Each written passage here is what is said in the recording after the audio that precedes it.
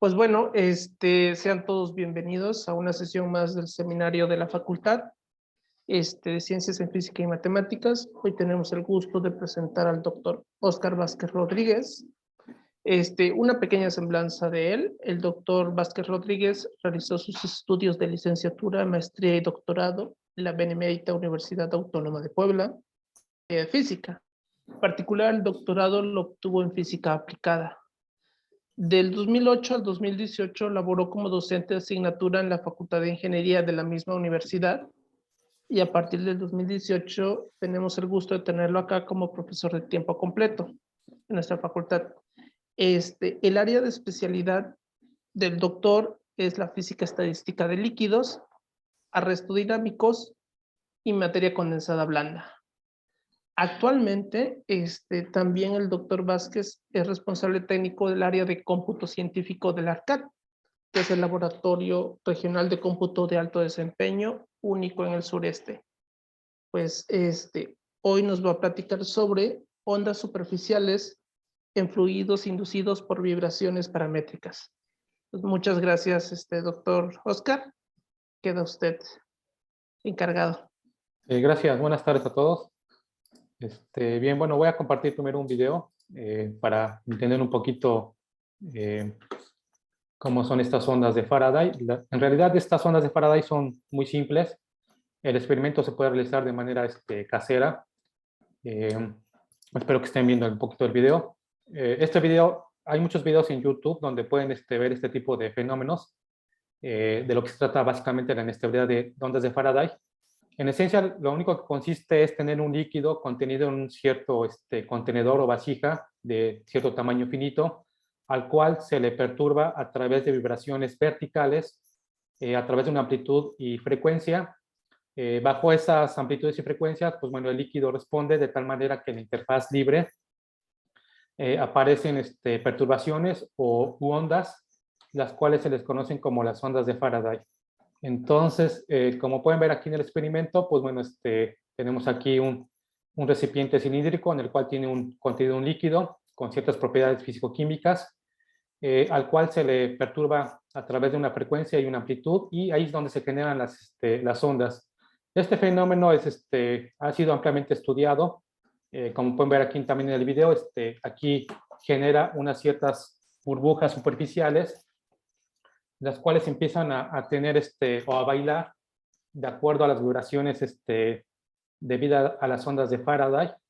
Y ese es básicamente en esencia el problema que vamos a estudiar o que vamos a platicar aquí.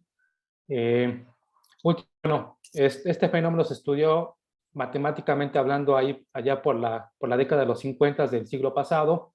Tuvo un auge en los años 90 también del siglo pasado. Y nuevamente está teniendo un poquito de auge en este siglo, sobre todo en el 2015, 2018, donde, bueno, voy a dejar de presentar, voy a presentar aquí,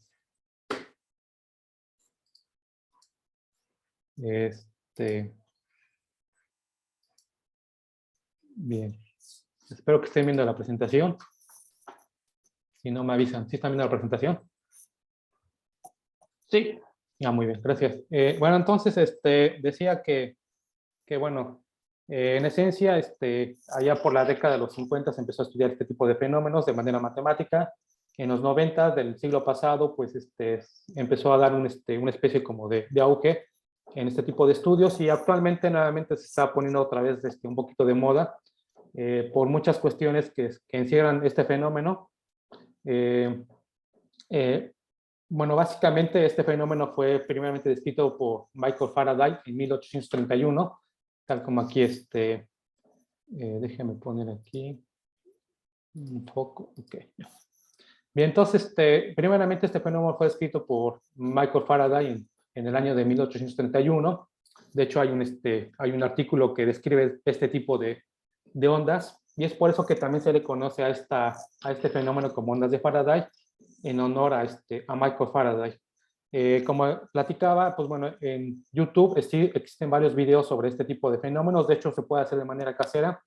Basta con tener una bocina, tener una especie como de control electrónico para poder modular tanto la frecuencia como la amplitud y encima de la bocina poner un contenedor con un líquido y automáticamente pueden observar estas ondas de Faraday que se pueden ver con luz visible. Y es en esencia el montaje experimental, tal como se puede observar acá, pues simplemente tenemos un motor que hace una fuerza vertical con cierta frecuencia y con cierta amplitud. Aquí tenemos depositado el líquido, de tal manera que bajo una cierta umbral de amplitud y de frecuencia, pues bueno, se empiezan a generar aquí ondas con ciertos patrones geométricos. Estas ondas las podemos describir a través de ciertos perfiles de ondas. En esencia, uno de los perfiles que más se utilizan es esta Z, que es el perfil de onda que se genera en la interfaz entre dos líquidos. Básicamente, aquí tenemos un fluido con ciertas características físico-químicas, viscosas, y aquí arriba, pues básicamente tenemos otro fluido que puede ser el aire, aunque también se han hecho experimentos un poquito más complicados a través de dos fluidos viscosos. Y bueno, entonces es en esencia este fenómeno que vamos a estudiar.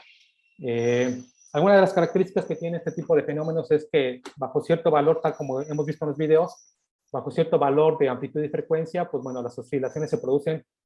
Y lo más interesante es que estas ondas que se generan en la superficie son ondas estacionarias. Otra de las características es que estas ondas son un prototipo para estudiar fenómenos lineales o no lineales, como puede ser el caos, etcétera. Estas ondas superficiales, pues bueno, dependen de las características físico-químicas del fluido, como puede ser su viscosidad, su tensión superficial, etcétera, etcétera, y también de las condiciones de la vasija o de las condiciones de frontera, como pueden ser el tamaño y la forma de recipiente. Algo que se sabe desde la década de los 50 y más o menos a mediados de los 90 del siglo pasado, es que para fluidos newtonianos la viscosidad permite básicamente tener una mayor tensión superficial y eso permite tener un mejor entendimiento de las ondas que se generan en esa superficie.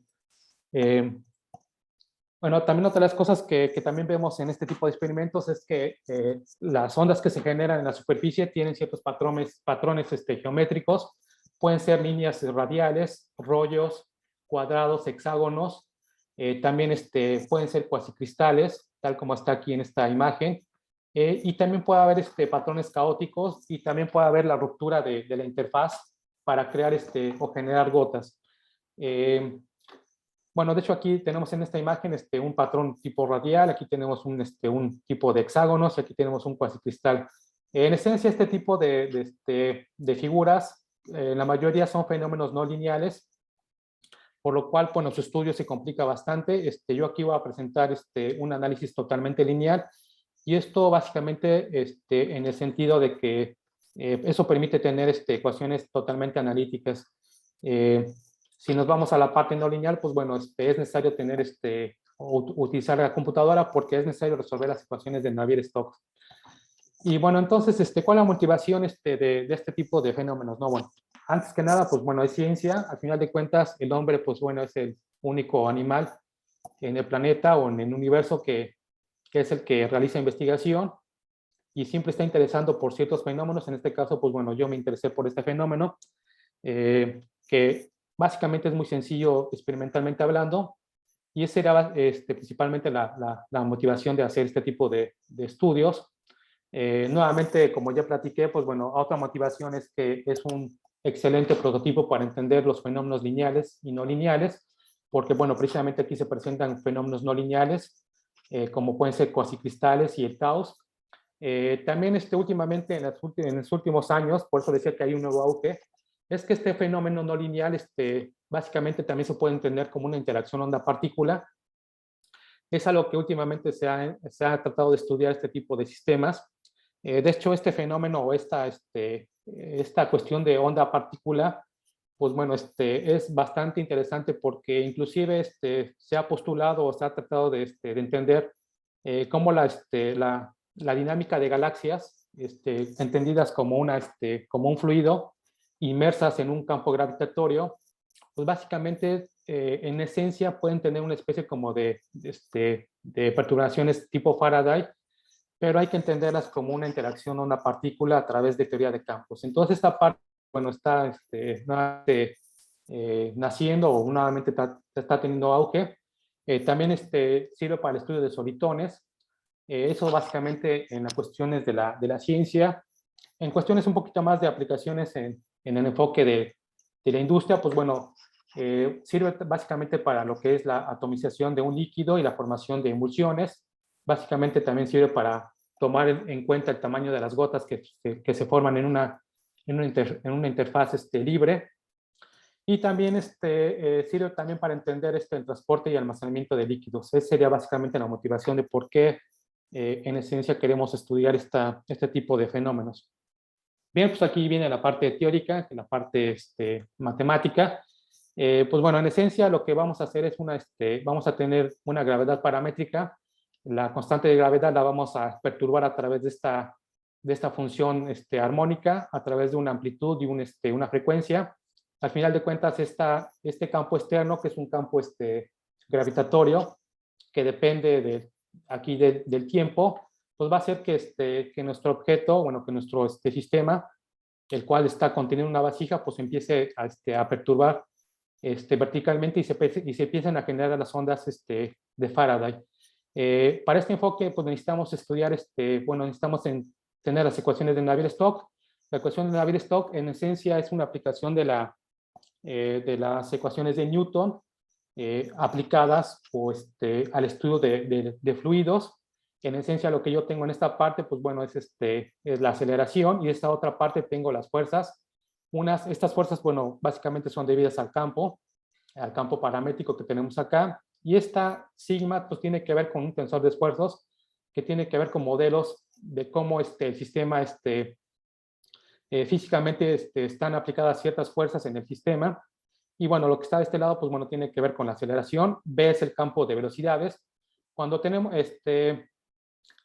vamos a entender el campo de velocidades o cualquier tipo de campos en este tipo de enfoques matemáticos o físico-matemáticos. Un campo de velocidades es aquel que depende no solamente del parámetro t, sino también depende de x, de y, de z, es decir, depende también del espacio.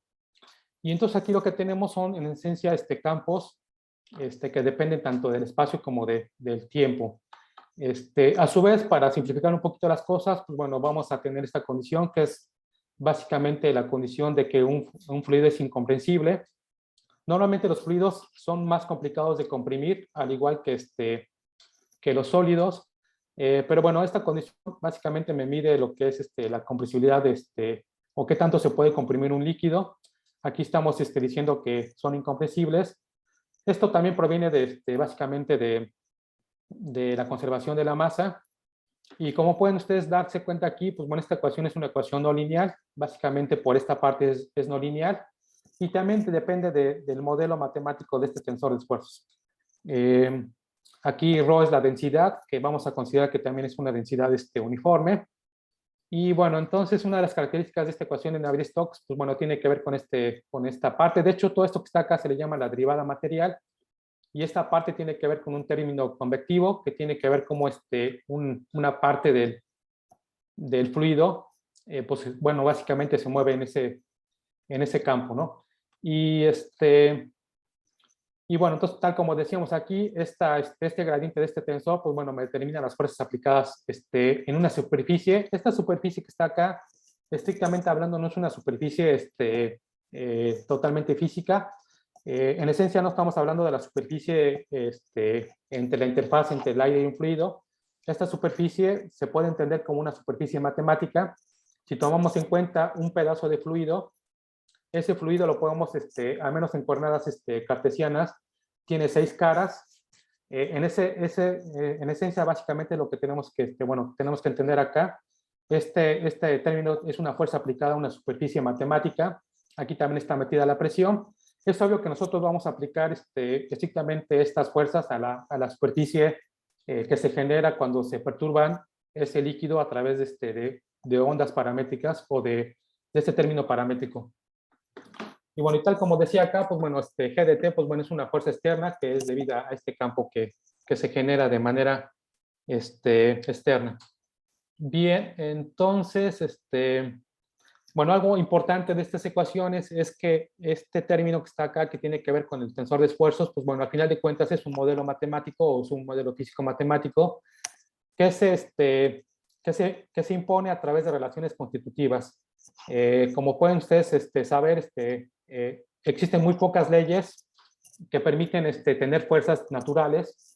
Entre ellas, por ejemplo, podemos tener las fuerzas de la gravedad a través de lo que Newton hizo. También está, por ejemplo, la ley de Hooke. Pero más allá de esas pocas leyes, pues bueno, al final de cuentas lo que tenemos que tener aquí es un modelo matemático, físico-matemático, que me describa las características físicas del sistema que yo estoy estudiando. Entonces, básicamente lo que vamos aquí a realizar es resolver esta ecuación de manera lineal, tratando de imponer un modelo para, para esta fuerza o para este tensor de esfuerzos. Metódicamente, un esfuerzo básicamente es una fuerza aplicada a una unidad de superficie. Y bueno, entonces es lo que vamos a estudiar, ¿no?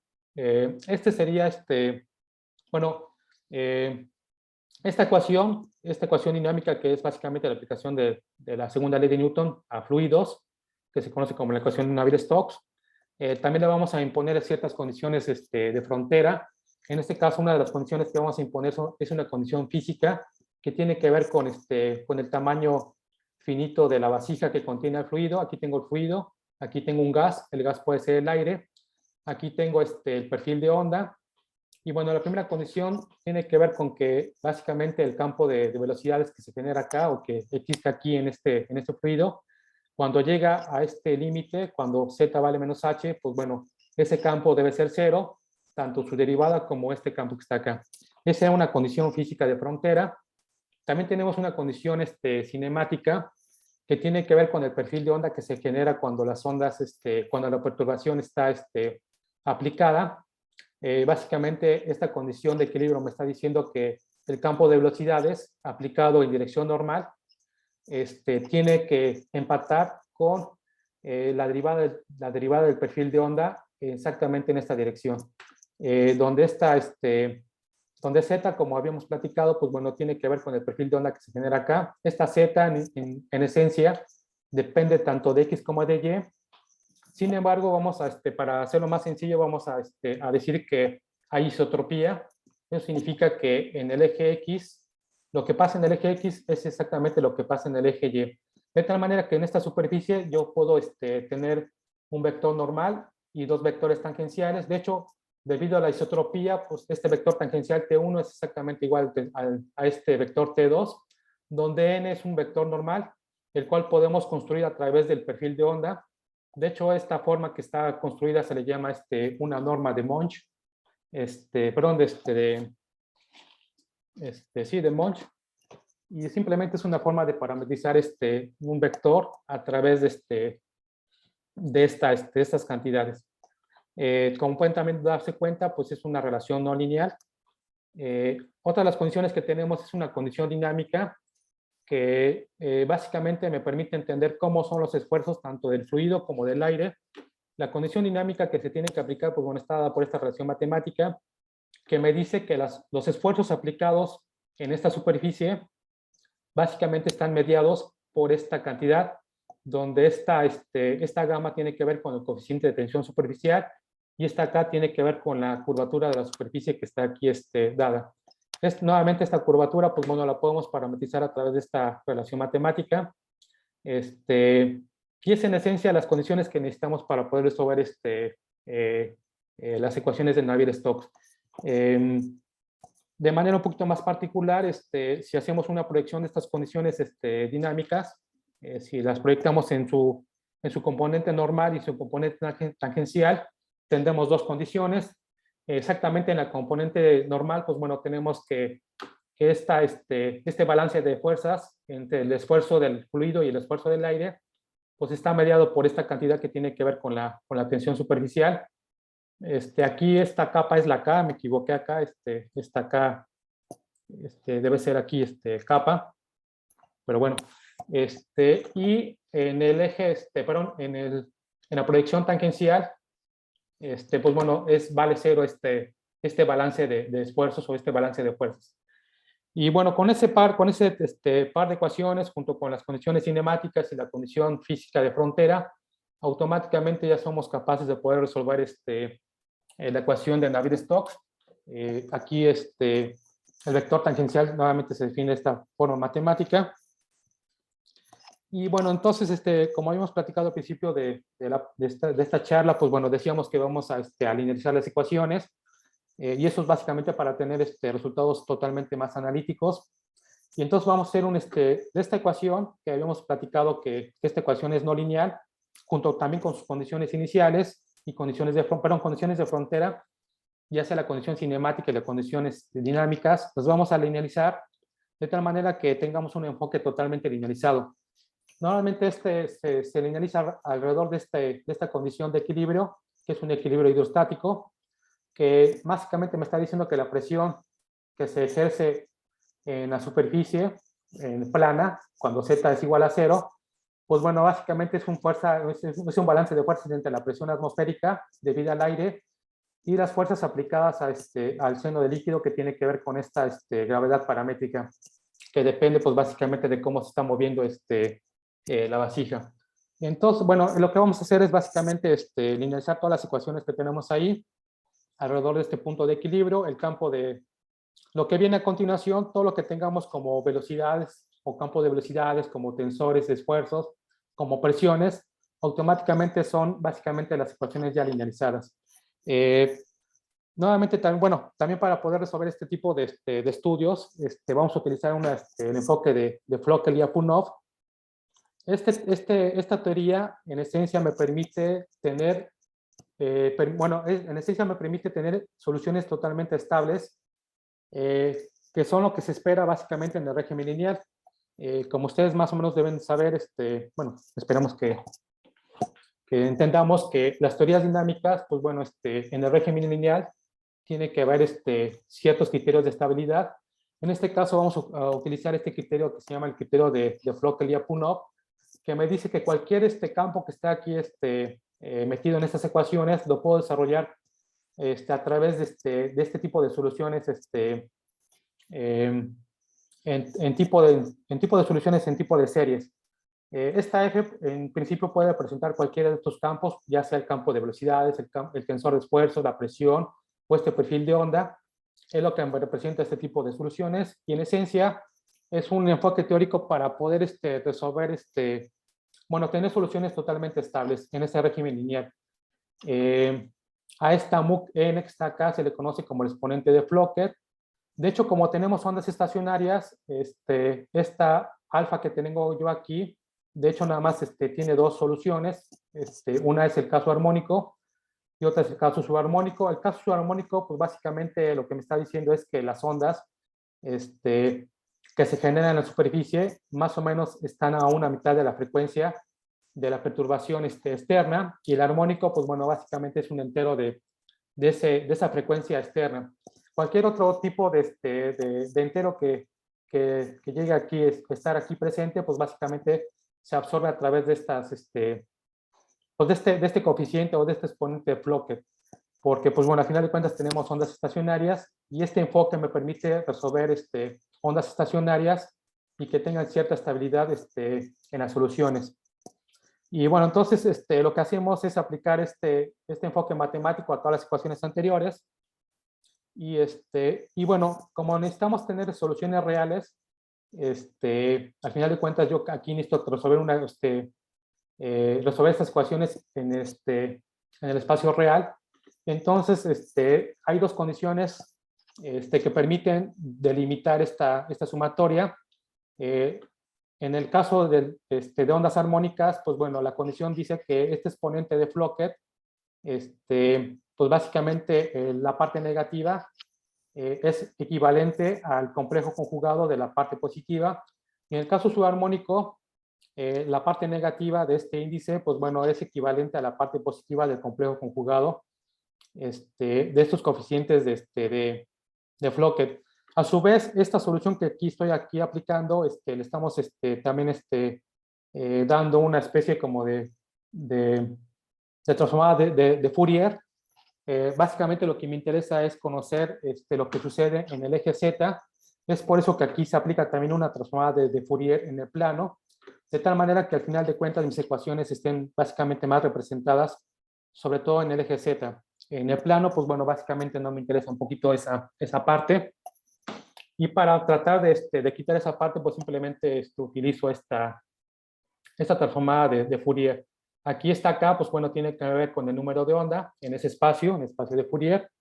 Y pues bueno, todo esto se aplica para poder desarrollar las ecuaciones, para poder resolver las ecuaciones de Navier-Stokes junto con las condiciones de frontera. Bien, el primer caso, que es el caso que ya se ha estudiado allá por los años 90, utilizando pues básicamente la teoría de Floquet, de Lyapunov, consiste en aplicar para un líquido newtoniano. El líquido newtoniano se caracteriza básicamente porque tiene una viscosidad. Sería básicamente la relación constitutiva de este líquido newtoniano, P la presión, como se conoce, y esto pues básicamente es nu, es el coeficiente de viscosidad cinético, y esto pues básicamente la variación de los campos presentes en el seno del líquido. Y para la parte del tensor de esfuerzo del aire, pues simplemente lo vamos a modelar como un líquido sin viscosidad, de tal manera que pues básicamente nada más este tensor tiene que ver con la presión sobre el eje Z, que es la presión atmosférica debida al aire. Esta ahí pues simplemente es el tensor identidad, y es así como vamos a modelar nuestra primera solución. Una vez que hemos puesto esta relación matemática y hemos puesto toda la parte de este enfoque de teoría de Floquet y hacer toda la maquinaria algebraica, pues al final obtenemos que las soluciones de este problema de la estabilidad de Faraday, pues aterriza a través de una relación de recurrencia. Al final de cuentas, lo que yo quiero básicamente aquí analizar es cómo es este perfil de onda. Recuerden que esta Z tiene que ver con el perfil de onda. Básicamente Zn pues son los coeficientes en la teoría de Floquet, y la solución tiene que ver con una relación de recurrencia. Esta AN se le conoce como una relación de dispersión, y esta sumatoria va de 0 hasta el infinito, y esta forma de solución, pues bueno, básicamente es una forma recursiva. Si tú conoces el término cero es básicamente cuando no tenemos la perturbación. De hecho, cuando el término va de 0, se recupera la relación de dispersión para ondas generadas de manera espontánea. Esas ondas que se generan de manera espontánea, pues básicamente se deben a gradientes de temperatura. Para observar ese tipo de ondas, se necesitan otro tipo de luz. A luz visible no se pueden observar. Necesitamos una luz de diferente longitud de onda para poder observar esas espontáneas. Sin embargo, cuando ya aplicamos la perturbación debida a las vibraciones verticales, pues automáticamente empezamos a a resolver esta ecuación matemática. Pero da la casualidad de que si esta n la ponemos finita, o sea, si esta n la ponemos a unos ciertos términos, esta ecuación se puede, bueno, es totalmente equivalente a un problema de valores y vectores característicos. Y es algo que de hecho no es muy sorprendente, porque como estamos utilizando el enfoque de estabilidad de Floquet y Lyapunov, pues básicamente al entender de cómo son estos eigenvalores, me permite entender lo que es la estabilidad de este tipo de sistemas dinámicos. Entonces, aquí, pues bueno, para un cierto n finito, pues bueno, esta relación de recurrencia la podemos pasar a esta, ¿cómo se llama? A esta relación de valores y vectores característicos. Esto que está acá, pues bueno, es básicamente la matriz de coeficientes. Esta z, que tiene que ver con esto, pues bueno, son los vectores característicos, y 1 sobre a es los valores característicos. Tengo dos tipos de ecuaciones. Una es para el caso armónico y otra es para el caso subarmónico. Estas matrices B pues son matrices auxiliares que salen simplemente de manipular esta relación de recurrencia. Y esta matriz A está formada básicamente por la parte real y la parte imaginaria de esta relación de dispersión. Y bueno, de manera matemática, la relación de dispersión tiene esta forma matemática. La que teníamos acá, esta cosa que está aquí, pues tiene esta forma matemática. Esta F, pues bueno, básicamente depende de las propiedades viscosas del líquido, también del tamaño del fluido, bueno, de la vasija que contiene el fluido. Y esta QN, pues bueno, tiene que ver con esta forma matemática. Estas primeras ondas, pues se les conocen ya desde hace muchos años como las ondas capilares gravitacionales. Estas representan las ondas gravitacionales y esto representa las ondas capilares. Y lo que está aquí, pues bueno, representa básicamente el líquido newtoniano que estamos caracterizando. Esta parte, pues bueno, no es muy complicada, tiene esta forma matemática que tiene que ver con cosenos y senos hiperbólicos. Hay algunos coeficientes que aquí no escribimos por limitación de tiempo. Y esto, pues bueno, básicamente me daría la parte de las ondas viscosas que se generan en la superficie del líquido. Algo importante que hay que entender de estas soluciones es que básicamente la parte imaginaria de esta QN me daría lo que es la parte oscilatoria. Vamos a recordar un poquito de variable compleja. Los cosenos y los senos hiperbólicos de una parte, bueno, de argumento imaginario, pues me representan funciones senoidales. Y en cambio la parte real me representaría la parte disipativa de este tipo de fenómenos. Y bueno, entonces es en esencia lo que se obtiene. Y bueno, básicamente resolviendo numéricamente este problema de valores y vectores característicos, podemos obtener estas gráficas. Son gráficas básicamente de cómo la gravedad, la amplitud, perdón, que está mediada por la gravedad, la constante de gravedad, responden ante una cierta frecuencia y ante un número de onda. En esencia, básicamente las primeras ondas que se presentan son las ondas subarmónicas, y posteriormente se presentan las ondas armónicas y nuevamente las subarmónicas, de tal manera que se van alternando. Lo más importante de este gráfico es que el mínimo que tenemos acá de cada una de estas gráficas son susceptibles de ser estudiados en un experimento real. Lo que más interesa básicamente de estas gráficas tiene que ver con el mínimo. Sería una onda subarmónica, la onda armónica y nuevamente la onda subarmónica. Este resultado, pues bueno, fue realizado en el 96 por Kumar, que de hecho fue el primero que aplicó ¿cómo se llama? Este enfoque de Floquet, de Apunov. Y bueno, lo que sigue es algo que yo desarrollé hace mucho tiempo. Bueno, de hecho, estamos hablando de casi 10 años atrás. Lo desempolvé porque actualmente tengo un estudiante que realizó una tesis respecto de esto. Y como había platicado al principio, pues nuevamente hay una especie como de auge en este tipo de fenómenos. Y es por eso que yo desempolvé básicamente lo que yo había hecho hace casi una década. Y bueno, lo que hicimos en esa investigación hace tiempo atrás es tener un modelo más complejo de un modelo viscoelástico.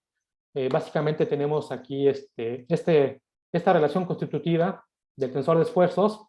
Aparte de la parte del líquido newtoniano, tiene esta parte que tiene que ver con la parte viscoelástica. Esto básicamente representa una solución de un solvente más una red de polímeros. Esta E, pues básicamente me determina el módulo elástico de estos polímeros. Normalmente los polímeros que se utilizan son del tipo gusano, tal como están aquí observando esta gráfica. Y a través de esta correlación o esta convolución, pues bueno, básicamente medimos las características de estos polímeros que están aquí disueltos en este líquido newtoniano. También vamos a pensar que hay ciertos líquidos, bueno, hay ciertos polímeros que se quedan aquí atrapados en la interfaz en la interfaz libre entre el fluido y el aire.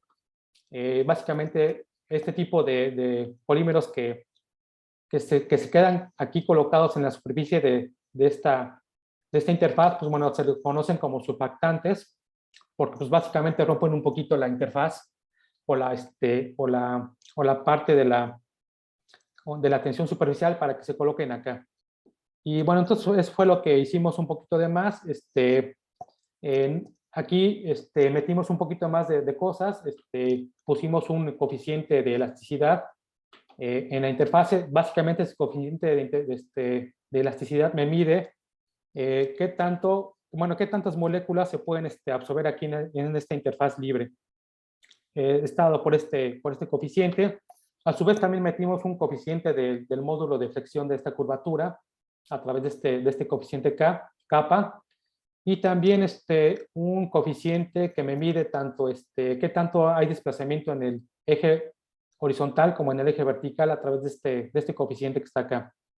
Entonces, como ustedes se darán cuenta, pues bueno, hicimos un poquito más de lo que se tiene desde el líquido anterior, que es un líquido newtoniano. Y bueno, entonces esto implicaría tener una nueva condición de frontera. Básicamente estamos, en vez de, teníamos aquí un perfil de onda en el eje Z, ahora también vamos a tener un perfil en el eje, o en el plano, en el eje X, de tal manera que esto está relacionado con este coeficiente que tiene que ver con el número de moléculas que se quedan atrapadas en la interfaz en la interfaz libre entre el fluido y el líquido, entre el fluido, perdón, y el aire. Y bueno, entonces esta es la condición nueva que se establece. Básicamente el campo en la dirección en X, básicamente debe ser igual a la velocidad de este perfil de onda en esa dirección en X. Como estamos hablando de una linealización, pues eso es lo que lo vamos a determinar en Z igual a 0. Y entonces las condiciones dinámicas que teníamos anterior se van a multiplicar, o bueno, van a haber más. De hecho, vamos a tener 3 más. Y de hecho las podemos representar a través de esta energía libre. Anteriormente las teníamos de esta forma matemática. Sin embargo, también las podemos caracterizar a través de su energía libre. De hecho, la variación de esta energía libre a través de estos gradientes que están acá, pues me permiten medir esas condiciones dinámicas que tenemos aplicadas en la interfaz.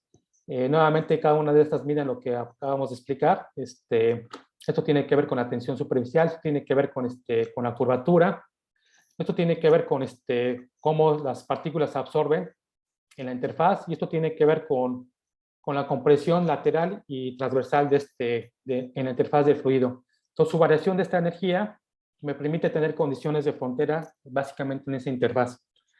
Y bueno, nuevamente echamos a andar la maquinaria matemática, y nuevamente obtenemos una relación de dispersión. Los primeros términos son los términos ya conocidos, excepto por este término que tenemos aquí, que tiene que ver con la curvatura que hemos utilizado. Y lo que está acá, pues bueno, tiene que ver con las características del fluido, básicamente del polímero. Esta QN, al final de cuentas,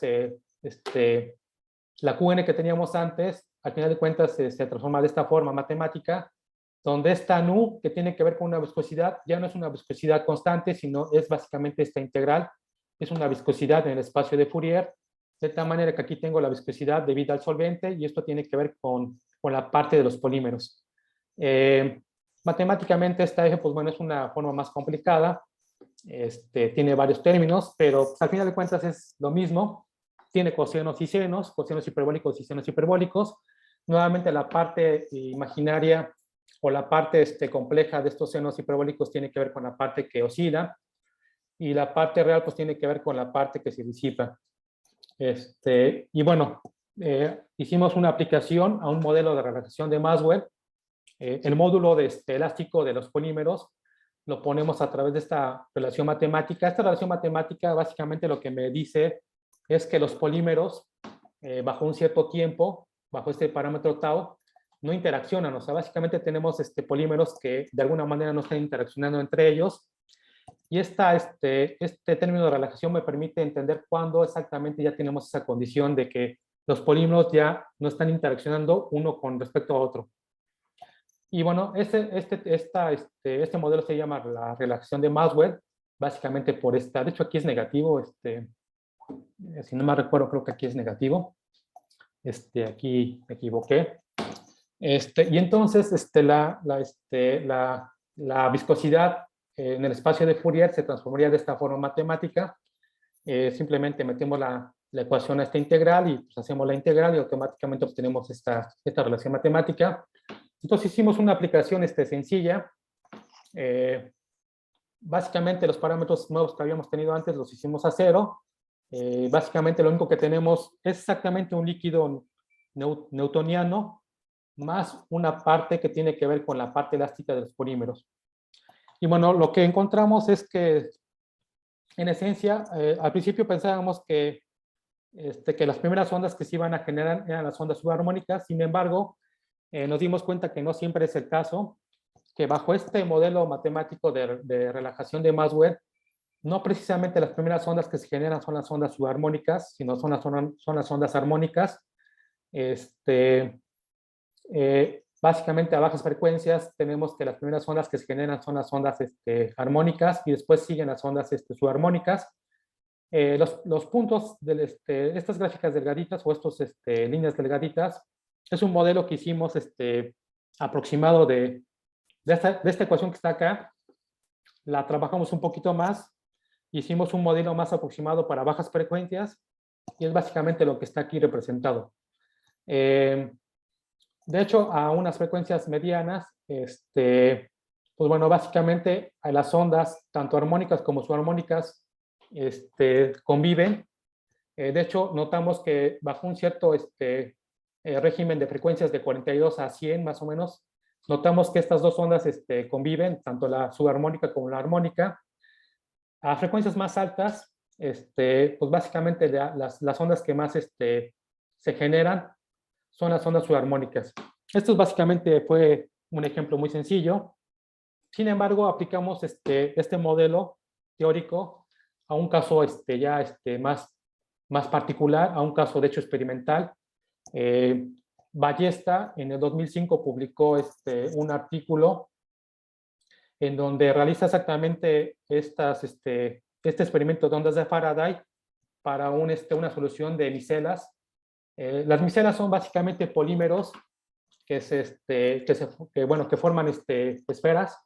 Hagan de cuenta que esta esferita que está acá, los polímeros se van juntando aquí adentro de esta pequeña esfera, de tal manera que forman una especie como de micelas. Las micelas son básicamente polímeros con forma esférica.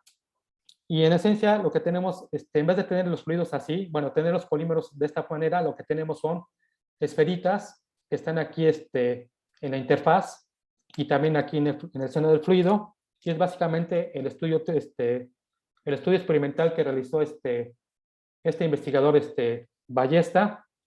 Él utilizó, aparte de la condición o aparte del modelo de relajación de Maxwell, utilizó también un modelo de SIM, de relajación de SIM.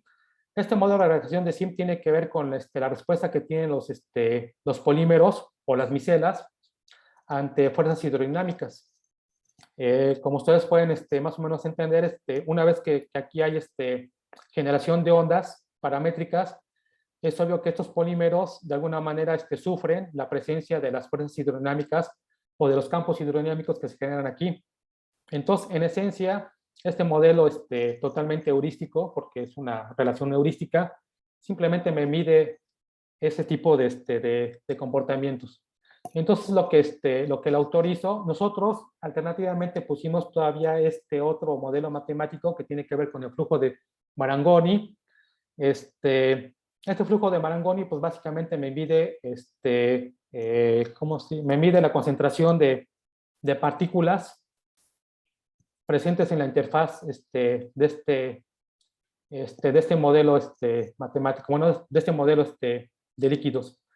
Entonces, el flujo de Marangoni, pues básicamente me mide la concentración de moléculas, en este caso de micelas, y es algo que nosotros pusimos extra. De hecho, tiene que ver con la difusión. Aquí la D es la difusión. K decíamos que es el número de onda. De hecho, ya está aquí todo metido en el espacio de Fourier. Y omega, pues es la frecuencia, ¿no? Y bueno, entonces, estos son los resultados que obtuvimos. Estas gráficas es una gráfica de la aceleración crítica versus la frecuencia, el número de onda crítico versus la frecuencia. ¿Cómo se obtienen estas gráficas? Pues bueno, en esencia, lo que hacemos es cada de estos mínimos, de estos mínimos que aquí aparecen, básicamente están pintados en esta gráfica. La aceleración crítica, pues básicamente representan los mínimos de estas gráficas. Y bueno, entonces, si no mal recuerdo, los puntos verdes son los experimentos que hizo Ballesta. Y la línea punteada también es el modelo matemático que utilizó Ballesta, parecido a lo que hicimos nosotros, nada más que sin meterle este modelo matemático. Y nuestros resultados, pues bueno, son los puntos rojos, que pues básicamente, en esencia, al menos en el régimen lineal, en la parte de aceleración crítica y la parte de frecuencia lo estamos haciendo bien. Nuestro modelo teórico, tal como hemos platicado ahorita, esta parte pues simplemente hace que la gráfica más o menos empate. Sin embargo, si hacemos la gráfica de número de onda con respecto a la frecuencia, pues notamos que nada más empatamos a bajas frecuencias. ¿Eso qué significa? Que nuestro modelo lineal, nuestro modelo de régimen lineal, pues en esencia lo que estamos captando básicamente de manera bien y correcta es básicamente estas amplitudes.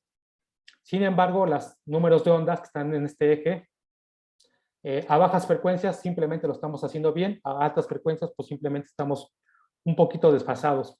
Y eso es básicamente una consecuencia de porque al final de cuentas estos experimentos presentan ondas o básicamente dinámica no lineal.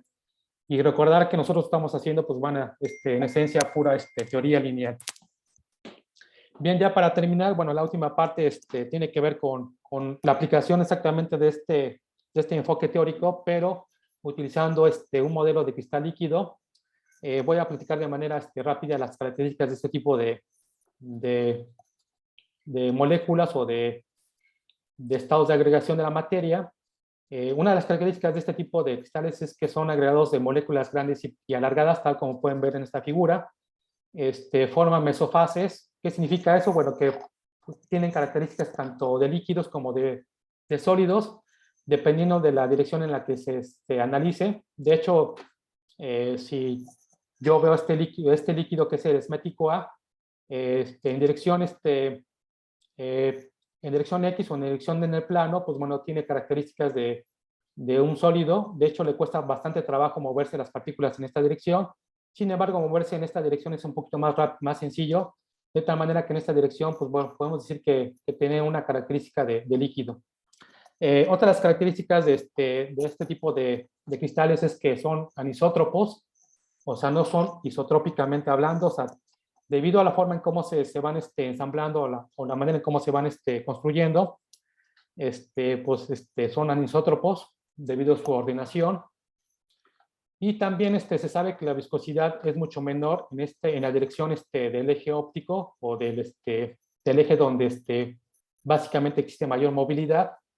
Y entonces, pues básicamente tienen características bastante diferentes a lo que se conoce como los líquidos newtonianos o los líquidos viscoelásticos. De hecho, aquí tengo unos 4 ejemplos de materiales tipo de cristal esmético. Tenemos la fase nemática, que en esencia son moléculas situadas en una misma dirección. Sin embargo, algunas de ellas se pueden mover en estas direcciones. También tenemos la fase coleréstica, en donde esta fase o este tipo de cristal forman capas, nada más que cada una de las capas tienen diferentes ángulos. Esa es lo que es la fase coleréstica. De hecho, nuestra piel, la parte casi externa de la piel, de hecho tenemos este tipo de cristales colerésticos, y bueno, tiene esta forma quiral. De hecho, tienes una forma de especie como tipo quiral. También tenemos la fase esmética, en donde las moléculas se sitúan en una cierta dirección, en este caso hacia el eje Z. También pueden ser hacia el eje X. Forman también capas, tal como se puede ver acá. Y también hay diferentes tipos de esméticos. Por ejemplo, tenemos el esmético B, que tiene ciertas direcciones. Y también existe el esmético C, que no puse acá, que más o menos se parece a la forma coleréstica. Básicamente van haciendo una forma así como se van agregando así como una forma de heces. Esa sería básicamente la esencia de cómo son este tipo de cristales. Hay muchas formas de hacer cristales. Se pueden hacer cristales simplemente por, ¿cómo se llama? Por fusión ¿cómo se llama? Perdón, por calentar ciertos materiales, también por aplicarles ciertos químicos. También se pueden formar cristales líquidos. o en la naturaleza también existen cristales líquidos. Les decía, nosotros en la piel tenemos un cristal líquido. Y bueno, nosotros vamos a estudiar básicamente la fase esmética. Esta fase esmética, pues bueno, forma capas. Y entonces para eso necesitamos de alguna manera caracterizar estas capas. Normalmente para caracterizar estas capas necesitamos un campo de desplazamiento. Este campo de desplazamiento tiene que ver con este vector U.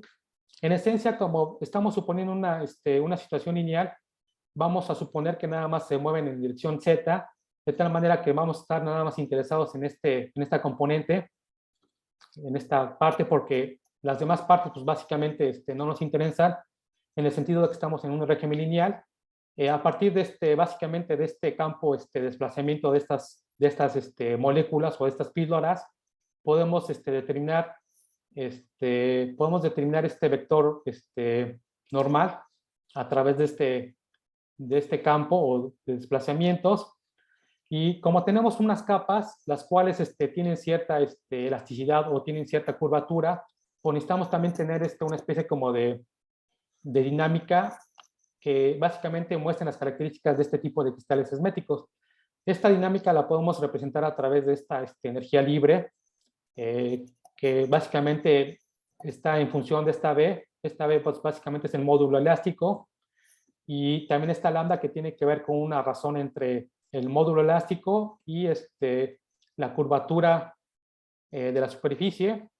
Normalmente esta lambda mayúscula se le conoce como la longitud de penetración, y básicamente me mide cómo estas capas se van desplazando o se van desplazando respecto de respecto de sus demás moléculas. Y bueno, es en esencia lo que se necesita caracterizar. Esto implicaría que necesitamos tener, a partir de esta ecuación, su variación o su gradiente de esta ecuación me permite tener otra condición dinámica, bueno, otra ecuación dinámica más bien dicho.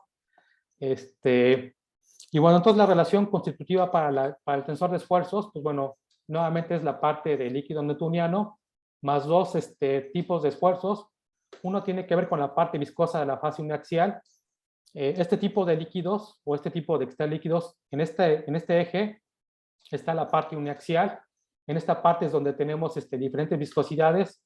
Este tensor de esfuerzos, bueno, de hecho tiene varias viscosidades. Es algo que se ha modelado utilizando, de hecho matemáticamente para obtener este tensor de la parte viscosa y de la parte reactiva.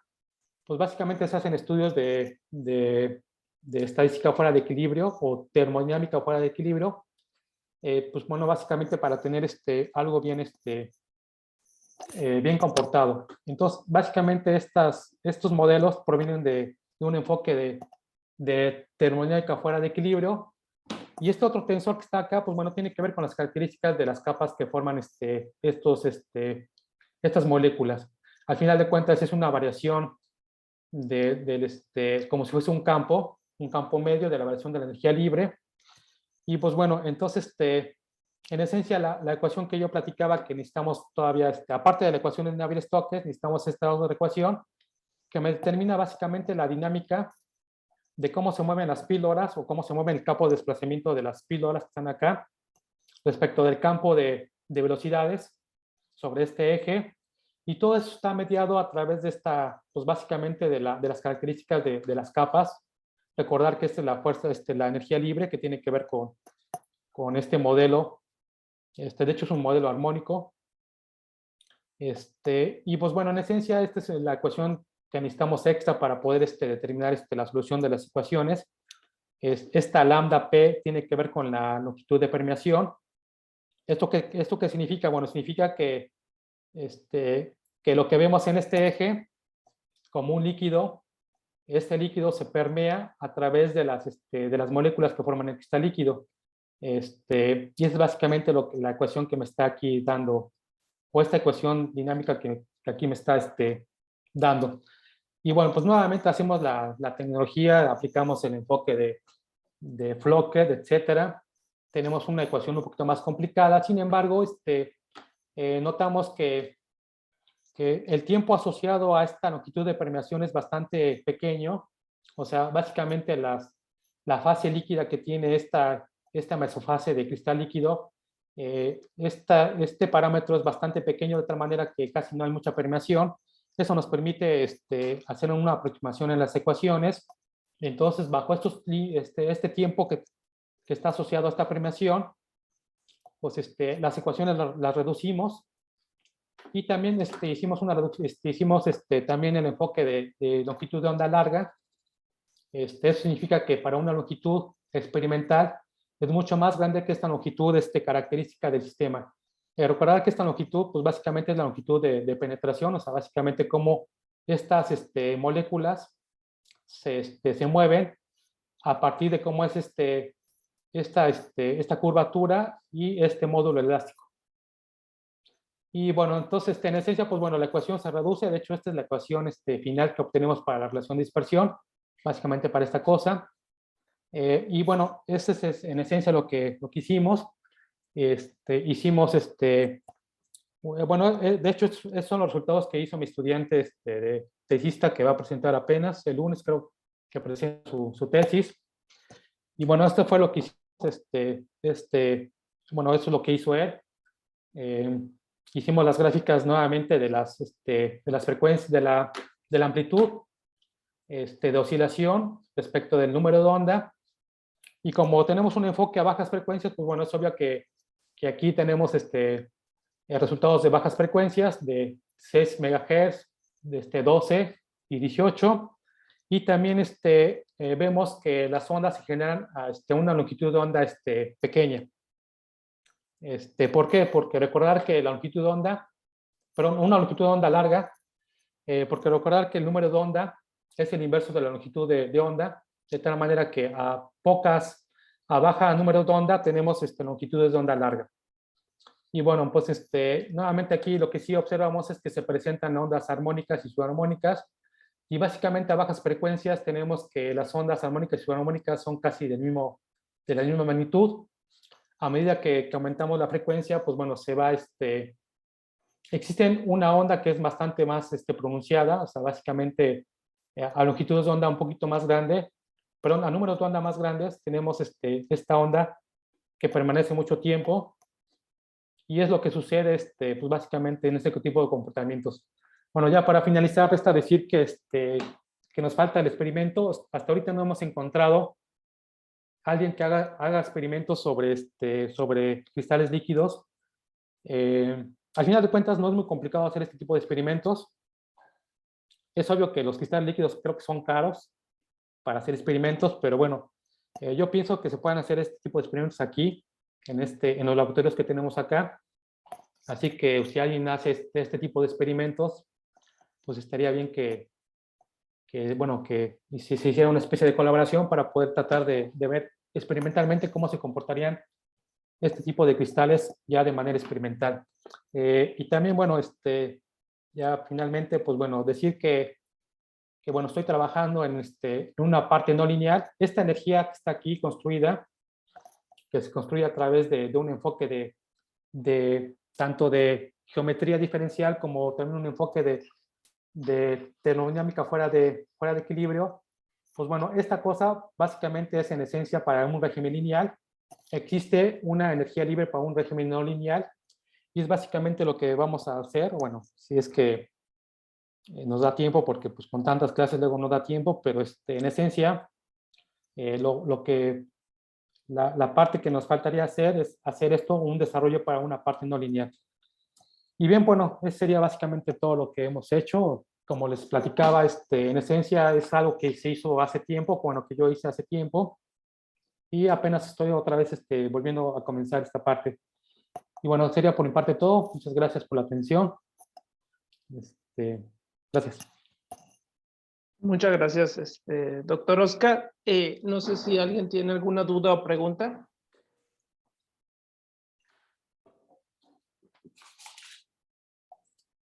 Puede conectar su micrófono.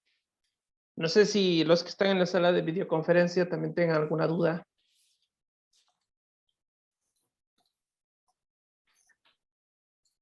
No, doctor, de momento aquí tampoco. Muy bien, yo sí tengo. No sé si se han documentado algunas aplicaciones de estos, por ejemplo, a los líquidos que se generan, como por ejemplo por derrames de petróleos. No, bueno, realmente no, no he tenido mucha atención en ese tipo de aspectos, pero estoy seguro que sí, porque alguna vez cuando trabajé en la Facultad de Ingeniería en la UAP, platicábamos con algunos investigadores y precisamente algunos de los problemas enfocados a la aplicación de la ingeniería tenía que ver con una cuestión de petróleo, pero así en esencia, pues no sé muy bien si hay algún tipo de, en específico respecto de este tipo de cosas, ¿no? Pero estoy casi seguro que sí, que alguien ya ha reportado algún tipo de cosas, porque se publica bastante en ingeniería, o sea, en ingeniería publicar muchas cosas, porque pues al final de cuentas son aplicaciones, y no he buscado, pero yo pienso que sí puede haber algo con respecto a ese tipo de cosas que estás preguntando. Muchas gracias. Sí, me pareció bastante interesante porque también la experimentación que usted quiere realizar en cristales líquidos, ¿son estos mismos cristales líquidos los que tienen que ver con las pantallas de los celulares? ¿O son otras Sí, totalmente distintas? pues más o menos, bueno, no sé, entiendo que bueno, la verdad, realmente no sé muy bien cómo están los celulares, pero al menos en los dispositivos viejos, una calculadora, antes se utilizaba mucho cristal líquido, eh, pero sí, en esencia puede ser un poquito esa parte, ahorita últimamente se ha utilizado nueva tecnología de cómo hay ciertos fluidos que se polarizan bajo ciertas, de hecho este tipo de cristales líquidos esméticos no reaccionan ante campos eléctricos, o sea, de manera espontánea no generan un campo eléctrico dentro de su seno. Sin embargo, hay otro tipo de cristales como la fase nemática y creo que la fase esmética C pueden generar algún tipo de campo eléctrico, el cual tiene aplicación, bueno, puede tener aplicaciones en un entorno tecnológico de pantallas, a lo mejor, o a nivel teórico, la verdad, sí, la parte de cristales líquidos se está utilizando básicamente para tener pantallas más delgadas. No solo eso, sino otro tipo de fluidos, ¿no? Pero sí, resta decir que, pues bueno, al final de cuentas lo que tenemos acá es un enfoque de inestabilidades. Yo estudié un poquito la inestabilidad en la frontera, sin embargo, también podemos estudiar la inestabilidad dentro del seno del líquido, y es ahí donde, por ejemplo, para cristales neumáticos o cristales esméticos C, tienen ciertas características eléctricas. De hecho, otro también de las cosas que también quiero hacer es básicamente tener este enfoque de tener un comportamiento que me mida de alguna manera para otro tipo de cristales, me mida ese tipo de fenómenos de polarización o de una generación espontánea de un campo eléctrico, básicamente lo que también he tratado de estudiar, ¿no? Pero claro, necesito también algunos estudiantes. Si hay uno que se quiere animar, pues bueno, adelante, aquí hay temas de tesis. Y también les digo, me gustaría que se hicieran este tipo de experimentos. Se ve que no son complicados. Les digo, se pueden hacer a través de unas bocinas. De hecho, se puede hacer en un laboratorio así como una clase de laboratorio de termodinámica. Y pues ver este tipo de comportamientos son bastante sencillos. Muchas gracias. El doctor Pavel alzó la mano. Adelante, doctor Pavel. Sí, gracias, Oscar, por tu plática. Me llamó mucho la atención, especialmente en el caso de las micelas. Ajá. Ahí no sería adecuado utilizar, en vez de la energía de Frank, Ajá, de Frank. usar el funcional de Helfrich. Sí, también se puede utilizar.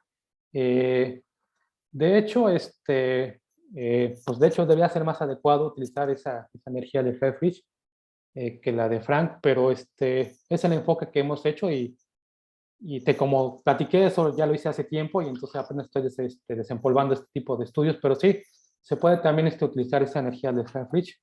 De hecho, esa se ocupa en de hecho, este cristal líquido, pues es la energía de Kelly-Fritsch, que está aquí aplicada. Sí.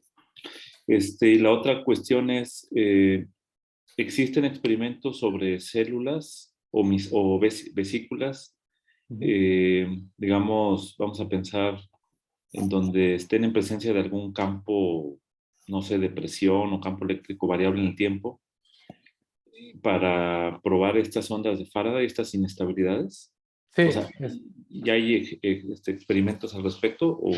sí, hay experimentos y de hecho también ya hay un enfoque teórico. No puse aquí las referencias porque me faltaron, pero sí, como mencionabas, se ha estudiado últimamente también este tipo de cuestiones y más o menos en el 2010, 2015 volvió a resurgir este tema. Y sí, también ya hay un enfoque de ondas de Faraday cuando se aplica un campo eléctrico. De hecho, ya hay. Y también creo que hay experimentos. De hecho, es otra de las... O sea, tenemos aquí muchas alternativas para hacer tesis. Bueno, si es que les gusta esta parte. Y sí, sí hay ese estudio, de hecho. Y de hecho, lo que no se ha hecho es para este tipo de fenómenos. De hecho, se hizo básicamente para, bueno, al menos lo que pude investigar, nada más se ha hecho el planteamiento para este tipo de líquidos con un campo eléctrico por ahí metido, pero no se ha metido más allá de este tipo de relaciones de recursión, de relaciones constitutivas. Ya. Ok. Vale. Ok, gracias. Muchas gracias. No sé si alguien más tiene alguna duda o pregunta.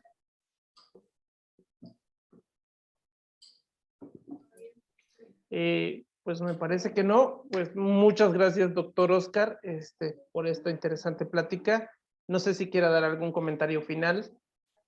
No, bueno, comentarios finales, pues bueno, más que nada gracias por estar aquí presentes. Realmente les digo, yo apenas estoy nuevamente comenzando a tratar de desempolvar este tipo de estudios y y pues nuevamente invitarlos si alguien está interesado en ya sea en la parte experimental. No he platicado con los que hacen aquí experimentos, pero yo realmente no hago experimentos, yo me meto más a la parte teórica y numérica.